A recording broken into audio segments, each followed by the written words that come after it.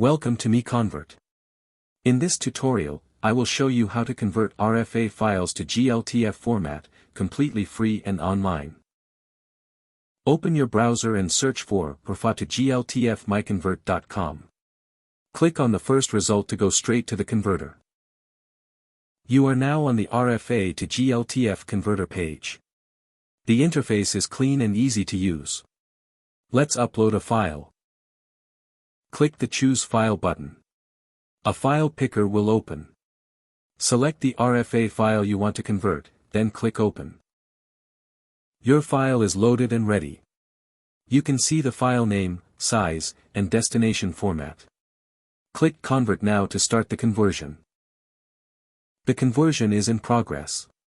You can see the progress bar moving. This usually takes just a few seconds. Done.